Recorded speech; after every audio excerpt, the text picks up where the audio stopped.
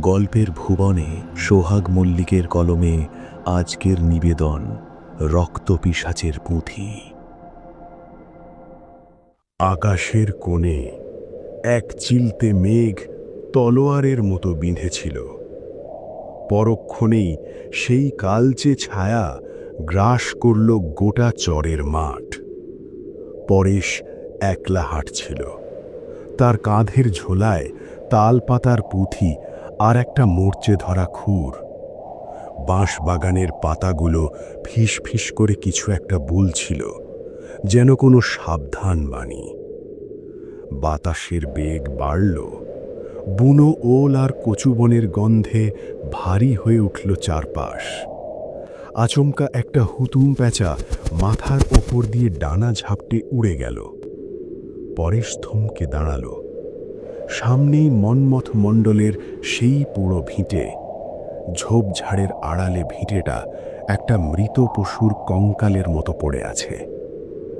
ঝড়ের প্রথম ঝাপটা আছড়ে পড়ল বড় অশ্বত্থ গাছটায়। ডালপালাগুলো আর্তনাদ করে উঠল। পরেশ পিছু ফেরার কথা ভাবল, কিন্তু পায়ের তলার মাটি যেন কেউ টেনে ধরল। অন্ধকারের বুক চিরে একটা সরু আলো দেখা দিল ঠিক ভাঙা দালানের কুলুঙ্গিতে। কেউ একজন সেখানে প্রদীপ জেলে দাঁড়িয়ে আছে। অবিকল তার মায়ের মতো দেখতে সেই ছায়াটা। পরেশ অস্ফুট স্বরে ডাকল, মা। ছায়াটা নড়ল না, শুধু একটা হাত তুলে তাকে ঘরের ভেতর ডাকল। সম্মোহিতের মতো পরেশ এগিয়ে চলল আগাছার জঙ্গল ঠেলে। হঠাৎ তার পায়ের নিচে মট করে কিছু একটা ভাঙল। শুকনো হাড়ের শব্দ। পরেশ দোরগোড়ায় পা রাখতেই প্রদীপটা দপ করে নিভে গেল। নিভে যাওয়া প্রদীপের ধোঁয়া কুণ্ডুলি পাকিয়ে তার চোখের উপর দিয়ে বয়ে গেল। পরেশ দরজার চৌকাঠে পাথরের মূর্তির মতো দাঁড়িয়ে রইল। ভেতরটা ঘুটঘুটে কালো। শুধু একটা শব্দ হচ্ছিল, টপ টপ করে কোথাও জল পড়ার শব্দ। কিন্তু আজ তো বৃষ্টির ছিটে ফোঁটাও নেই। ভিজে মাটির গন্ধে হঠাৎ মিশে গেল সেই গা গুলিয়ে ওঠা পচা মাংসের কটু আস্বাদ। পরেশ হাত বাড়াল। দেওয়ালের নোনা ধরা প্লাস্টার তার আঙুলের স্পর্শে গুঁড়ো হয়ে ছড়ল। সেই অন্ধকারেই সে অনুভব করল, তার ঠিক 2 হাত দূরে কেউ একজন জোরে জোরে নিঃশ্বাস ফেলছে। গরম বাতাস তার কপালে এসে লাগল। পরেশ চিৎকার করতে চাইল, কিন্তু গলা দিয়ে শব্দ বেরোল না। তার মায়ের অবয়বটা এখন কোথায়? সে কাপা হাতে একটা দেশলাই কাঠি জ্বালল। এক মুহূর্তের সেই হলদেটে আলোয় সে দেখল ঘরের কোণে একটা পুরনো কাঠের আলমারি। তার পাল্লাগুলো উইয়ে খেয়ে ঝুরঝুরে হয়ে গেছে। আলমারির মাথায় চড়ে বসে আছে একটা বিড়াল। না, ওটা কি বিড়াল নাকি ছোট একটা বাঁদর? প্রাণীটা মানুষের মতো হাত দিয়ে নিজের মুখ ঢেকে বসেছিল। দেশলাইয়ের কাঠিটা নিভে যাওয়ার ঠিক আগের সেকেন্ডে প্রাণীটা মুখ থেকে হাত সরালো। পরেশ দেখল ওটার মুখে কোনো চোখ নেই, শুধু 2 গভীর গর্ত। অন্ধকারে সেই গর্তের ভেতর থেকে কেউ হা হা করে হেসে উঠল। কাঠের ভারী পাল্লা দুটো পরেশের বুকের ওপর আছড়ে পড়তেই তার দম বন্ধ হয়ে এলো। আলমারির ভেতর থেকে রাশি রাশি পুরনো ছেঁড়া কাপড় আর ধুলোবালি তার গায়ে ঝরল। অন্ধকারের সেই অট্টহাসি তখন দালানের প্রতিটি ইঁটে প্রতিধ্বনিত হচ্ছে। পরেশ ছিটকে সরে যেতে চাইল, কিন্তু দেখল তার পা দুটো কেউ শক্ত করে চেপে ধরেছে। ঠান্ডা বরফের মতো হিমশীতল কয়েকটা আঙুল তার গোড়ালি কামড়ে ধরল। মেঝেতে পড়ে থাকা দেশলাইয়ের বাক্সটা হাতড়ে সে আবার একটা কাঠি জ্বালল। আলোর মৃদু কম্পনে সে দেখল আলমারির ভেতর থেকে বেরিয়ে আসছে এক যুবতী। তার গায়ের শাড়িটা শ্যাওলা ধরা, গয়নাগুলো মরচে পড়া পিতলের, কিন্তু তার মুখটা পরেশের চিরচেনা। তার পিসিমা, যে কিনা 10 বছর আগে অলাউঠায় মারা গিয়েছিল। পিসিমার সেই চেনা মুখটা এখন বিভৎসভাবে থ্যাবড়ানো, চোখের মণি দুটো স্থির, প্রাণহীন। যুবতীটি এক হাত দিয়ে পরেশের পা টেনে ধরল, আর অন্য হাতটা নিজের গলার কাছে নিয়ে গেল। সেখানে একটা গভীর ক্ষত, যেন কেউ ধারালো অস্ত্র দিয়ে গলাটা চিরে ফেলেছে। সে কিছু বলার চেষ্টা করল, কিন্তু মুখ দিয়ে শুধু ফিনকি দিয়ে কালো রক্ত বেরিয়ে এলো। পরেশ জানলার ভাঙা শিক ধরে টান দিল। জং ধরা লোহাটা তার হাতে উঠে এলো অবিলায়। হঠাৎ সেই কঙ্কালসার হাতটা পরেশের ঝোলার ভেতর রাখা মরচে পড়া খুরটা টেনে নিল। যুবতীটির হাতের খুরটা ক্ষিপ্র গতিতে নিজের বুকের ওপর চামড়া চিড়ে নকশা কাটতে লাগল। পরেশ অসাড় হয়ে চেয়ে রইল। সেই বিভৎস কাটা স্থান থেকে রক্ত নয়, বেরিয়ে এলো কালো রঙের পোকা। অসংখ্য কিলবিলে পোকা মেঝেতে ছড়িয়ে পড়ল। পরেশ নিজের পা ছাড়ানোর প্রাণপণ চেষ্টা করল, কিন্তু যুবতীটির আঙুলগুলো যেন লোহার শিকল। পিসিমার সেই চেনা চাউনি এখন বদলে গেছে এক পৈশাচিক লালসায়। সে ফিসফিস করে বলল, পরেশ, পুঁথিটা দে, ওটা আমার চাই। পরেশের মনে পড়ল তার ঝোলার সেই তালপাতার পুঁথির কথা। দাদু বলেছিলেন ওটা কখনো এই ভিটেতে না আনতে। পুঁথিটা বের করার আগেই যুবতীটি তার গলার কাছে খুরটা তুলে ধরল। তার জিভটা বেরিয়ে এলো, অস্বাভাবিক লম্বা আর নীল। বাইরে বাতাসের গর্জনা আরও বেড়েছে। অশ্বত্থ গাছের ডালগুলো জানলার ওপর আছড়ে পড়ছে চাবুকের মতো। পরেশ দেয়ালে পিঠ ঠেকিয়ে দাঁড়িয়ে পড়ল।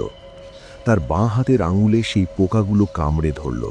তীব্র জ্বালা আর এক অদ্ভুত অবশ অনুভূতি তার শরীর বেয়ে উঠতে লাগল।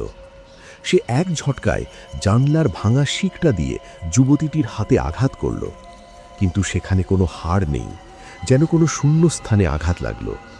খুরটা এবার পরেশের কলার বোন ছুঁয়ে 1 ইঞ্চি নিচে নেমে এলো। ভারী গলার মন্ত্রপাঠের প্রতিটি শব্দে দালানের দেয়ালগুলো থরথর করে কাঁপতে লাগল। খুরটা পরেশের চামড়া স্পর্শ করার ঠিক আগেই যুবতীটি আর্তনাদ করে পিছিয়ে গেল, যেন অদৃশ্য কোনো আগুনের ছ্যাঁকা তার গায়ে লাগল। পিসিমার সেই বিভৎস মুখটা কুঁকড়ে গিয়ে কয়লার মতো কালো হয়ে গেল। পরেশ দেখল অন্ধকারের এক কোণ থেকে লম্বা এক ছায়া বেরিয়ে আসছে। তার হাতে একটা পিতলের দণ্ড, মাথায় জটাধারী চুল। লোকটার সারা গায়ে ছাই মাখা আর গলায় রুদ্রাক্ষের মালা। লোকটা এক পা এগোতেই মেঝেতে কিলবিল করা সেই কালো পোকাগুলো চটপট করে ফেটে যেতে লাগল। যুবতীটি দেয়ালে পিঠ ঠেকিয়ে ফুঁসতে লাগল। তার নখগুলো বিড়ালের মতো বড় হয়ে গেছে। পুঁথিটা বের কর, আগন্তুক হুঙ্কার দিয়ে উঠল। পরেশ কাঁপতে কাঁপতে ঝোলা থেকে তালপাতায় সেই পুরনো পুঁথিটা বের করল। পুঁথিটার উপর থেকে এক আশ্চর্য নীলাভ আভা ঠিকরে বেরোচ্ছিল। আগন্তুক তার পিতলের দণ্ডটা যুবতীর দিকে তাক করে মন্ত্র পড়ল।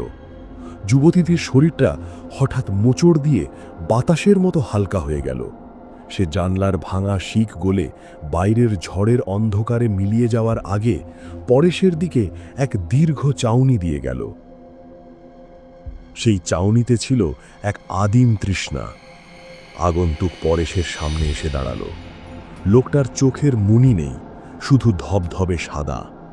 লোকটা হাত বাড়িয়ে পরেশের ঝোলা থেকে পুঁথিটা এক ঝাটকায় কেড়ে নিল।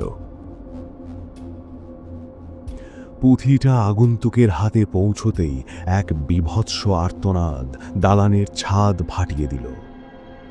আগন্তুকের ছাই মাখা হাত থেকে টপটপ করে কালো রঙের ঘাম ঝরতে শুরু করল। পরেশ কয়েক কদম পিছিয়ে এলো। লোকটার সাদা চোখ দুটো থেকে এখন আগুনের ফুলকি বেরোচ্ছে। তালপাতার সেই প্রাচীন পুঁথিটা আগন্তুকের হাতের তালু পুড়িয়ে ভেতরে ঢুকে যেতে চাইল।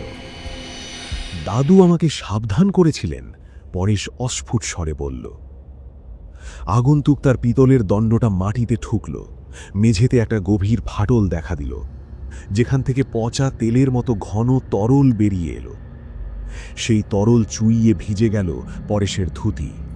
যুবতীটি জানলার বাইরে ঝড়ের অন্ধকারে মিলিয়ে গিয়েছিল, কিন্তু এখন তার লম্বা ছায়াটা আবার জানলার গ্রাসে ফুটে উঠল। সে হাত বাড়িয়ে পুঁথিটা ছিনিয়ে নেওয়ার চেষ্টা করল। আগন্তুক মন্ত্রের স্বরে এক লহমায় নিজের জটা থেকে একটা হাড়ের টুকরো বের করে পুঁথিটার উপর ছোঁয়ালো। তড়িৎস্পৃষ্টর মতো লোকটা ছিটকে পড়ল অশ্বত্থ গাছের শেকড়ের ওপর। পুঁথিটা মাটিতে আছড়ে পড়ল। পরেশ দেখল পুঁথির পৃষ্ঠাগুলো নিজে থেকেই উল্টে যাচ্ছে। প্রতিটি পাতায় রক্তবর্ণে লেখা ফুটে উঠছে পরেশের নিজের নাম। আগন্তুক উপুড় হয়ে পড়ে থেকেও পরেশের গোড়ালি লক্ষ্য করে দণ্ডটা ছুঁড়ে মারল। পায়ের হাড় মট করে ভাঙার শব্দটা দালানের নিস্তব্ধতা চিড়ে দিল। পরেশ যন্ত্রণায় কুকিয়ে মেঝেতে লুটিয়ে পড়ল। তার ডান পাটা এক অদ্ভুত কোণে বেঁকে গেছে। আগন্তুক লোকটা তখন হামাগুড়ি দিয়ে তার দিকে এগিয়ে আসছে।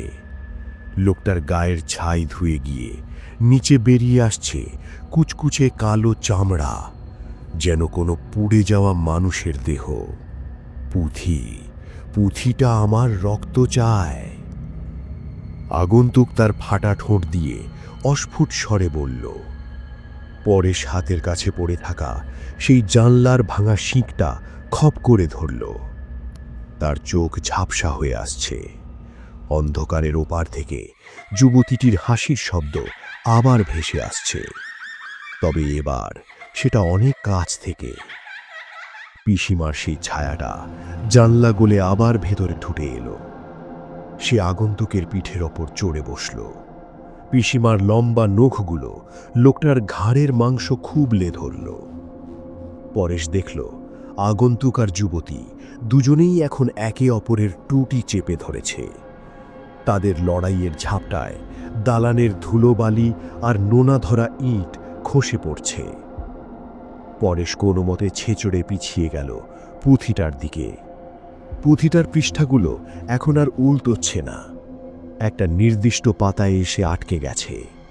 সেখানে পরেশের নিজের মুখচ্ছবি আঁকা, কিন্তু চোখ দুটো উপড়ানো। হঠাৎ আগন্তুক আর যুবতী দুজনেই থেমে গিয়ে পরেশের দিকে ঘাড় ফেরালো। আগন্তুক আর যুবতী দুজনেই এখন পরেশের দিকে নিঃশব্দে এগিয়ে এলো। তাদের মাঝখানের বিবাদ যেন এক লহমায় মিটে গেছে। পরেশ দেওয়ালে পিঠ ঠেকিয়ে গোঙাতে লাগল। তার ভাঙা পায়ের যন্ত্রণা এখন মাথার ভেতর হাতুড়ি পেটাচ্ছে। পিসিমা এক হাত দিয়ে আগন্তুকের কাঁধ আঁকড়ে ধরল, আর অন্য হাতটা বাড়ালো পুঁথিটার দিকে। আগন্তুকের সেই জটাধারী মাথাটা অদ্ভুতভাবে এক পাশে ঝুলে পড়েছে। সে ফিসফিস করে বলল, রক্তের বদলে মুক্তি। পরেশ, তোর ডান পায়ের রক্তটুকু দে। যুবতীটি পৈশাচিক ক্ষিপ্রতায় পরেশের ভাঙা পায়ের ওপর ঝাঁপিয়ে পড়ল। তার লম্বা নখগুলো পরেশের গোড়ালির ক্ষতে বসিয়ে দিল। পরেশ যন্ত্রণায় চিৎকার করে উঠল, কিন্তু তার কণ্ঠস্বর যেন দালানের গুমোট হাওয়ায় মিলিয়ে গেল। আগন্তুক তার পিতলের দণ্ডটা এবার পরেশের কপালে ঠকল। এক মুহূর্তের জন্য পরেশের মনে হলো তার চোখের সামনে সব কিছু নীল হয়ে যাচ্ছে। পুঁথিটার পৃষ্ঠা থেকে সেই রক্তবর্ণের লেখাগুলো জ্যান্ত হয়ে উঠল। অক্ষরগুলো সাপের মতো কিলবিল করে মেঝে বেয়ে পরেশের শরীরে উঠে আসতে লাগল। পিসিমা তার নখ দিয়ে পরেশের ধমনীটা চিরে দিল। ফিনকি দিয়ে রক্ত ছুটে গিয়ে লাগল পুঁথির সেই আঁকা ছবিটার ওপর। হঠাৎ আগন্তুক আর যুবতী দুজনেই একযোগে পরেশের বুক চেপে ধরল। পরেশের বুকের ভেতরটা পাথর হয়ে এলো। আগন্তুক আর পিসিমার হিমশীতল হাত দুটো যেন তার পাঁজরের ভেতরের হাড়ির ফাঁক দিয়ে হৃৎপিণ্ডটা ছুঁতে চাইল। তাদের স্পর্শে পরেশের নিঃশ্বাস আটকে এলো। চোখের সামনে অন্ধকার গাঢ়তর হয়ে উঠল। ঠিক সেই মুহূর্তে পুঁথির উপর পড়া রক্তের ছিটেগুলো আগুনের ফুলকির মতো জ্বলে উঠল। এক পলকের জন্য সারা ঘর এক অতি প্রাকৃত নীলাভ আলোয় ভরে গেল। যুবতীটি বা পিসিমা এক ভয়ঙ্কর আর্তনাদ করে ছিটকে পড়ল পেছনের দেয়ালে। তার গায়ের শ্যাওলা ধরা শাড়িটা ধোঁয়া ছেড়ে পুড়তে শুরু করল। আগন্তুক লোকটাও তার পিতলের দণ্ডটা ছেড়ে দিয়ে মেঝেতে গড়াগড়ি খেতে লাগল, যেন কেউ অদৃশ্য চাবুক দিয়ে তার পিঠে আঘাত করছে। পরেশ দেখল পুঁথির সেই আঁকা ছবিটা এখন আর তার নিজের নয়, ওটা বদলে গিয়ে এক প্রাচীন ভয়ঙ্কর দানবের মুখ হয়ে উঠেছে। সেই মুখটা যেন পুঁথির পাতা থেকে বেরিয়ে আসতে চাইছে। পরেশ যন্ত্রণার মাঝেই এক ঝটকায় নিজের হাতের তালুটা চিরে ফেলল। আরও তাজা রক্ত ঝরল পুঁথির পাতায়। হঠাৎ দালানের ছাদটা হুড়মুড় করে ভেঙে পড়তে শুরু করল। বড় একটা বিম সরাসরি আগন্তুকের কোমর লক্ষ্য করে নিচে নেমে এলো। আগন্তুক ধুলোর আড়ালে হারিয়ে যাওয়ার আগে পরেশের গলা টিপে ধরল। ধুলো আর ইটের স্তূপের নিচে পরেশের দম আটকে আসছিল। আগন্তুকের সেই পোড়া হাতের আঙুলগুলো তার গলার নলিটা প্রায় পিষে ফেলেছে। পরেশ অন্ধের মতো হাতড়ে পুঁথিটা বুকের ওপর টেনে নিল। পুঁথির শেষ পাতায় এখন আর কোনো আঁকা ছবি নেই, আছে শুধু এক বিশাল শূন্যতা। সেই শূন্যতা থেকে এক আদিম শীতল হাওয়া বের হতে শুরু করল।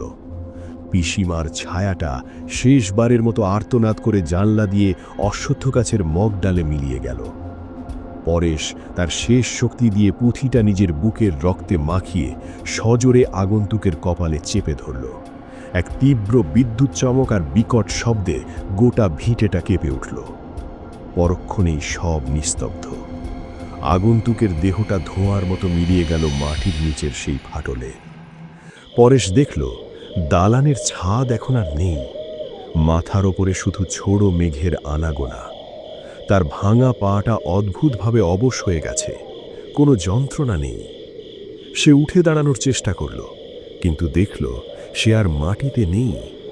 নিচে পড়ে আছে তার নিজের নিথর দেহ, যার কপালে সেই প্রাচীন পুঁথিটা বুকের রক্তের মতো লাল হয়ে লেগে আছে। পরেশ আলগোছে ভিটে ছেড়ে বাঁশবাগানের আলপথের দিকে পা বাড়াল। সে এখন মুক্ত, অথচ চিরকালের জন্য বন্দী। অন্ধকার পথের বাঁকে সে দেখল দাদু লণ্ঠন হাতে দাঁড়িয়ে আছেন, কিন্তু তার কোনো ছায়া নেই। পরেশ কি সত্যি মুক্তি পেল, নাকি মায়ার অন্য কোনো গোলকধাঁধায় বন্দী হল? এই উত্তর হয়তো সময়ের আড়ালেই থেকে যাবে। আজকের গল্পের শেষ দৃশ্যটি আপনার মনে কেমন শিহরণ জাগিয়েছে? বিশেষ করে নিজের নিথর দেহ দেখার সেই মুহূর্তটি কি আপনার গায়ে লোম খাড়া করে দিয়েছিল? আপনার মতামত অবশ্যই কমেন্ট করে জানান। গল্পটি ভালো লেগে থাকলে একটি লাইক দেবেন এবং আমাদের এই গল্পের ভুবনের স্থায়ী সঙ্গী হতে চ্যানেলটি সাবস্ক্রাইব করে রাখুন। পরের পর্বে ফিরছি আরও এক নতুন শিহরণ নিয়ে।